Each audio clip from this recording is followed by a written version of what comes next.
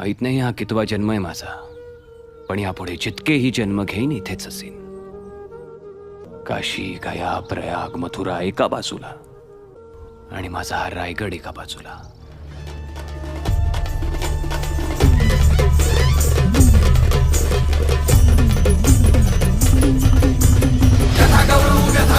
पराक्रमी इतिहासाची रायगडाच्या देवळीतल्या लखलखत्या आवातीची हीच अस्मिता, हीच संहिता, हीच असे आपली बोली, हीच असे आपली उंची आणि हीच असे आपली खोली. राजकथा या मातीची, सिंहाच्या निधड्या छातीची, अरमर्द मावळ्या जातीची.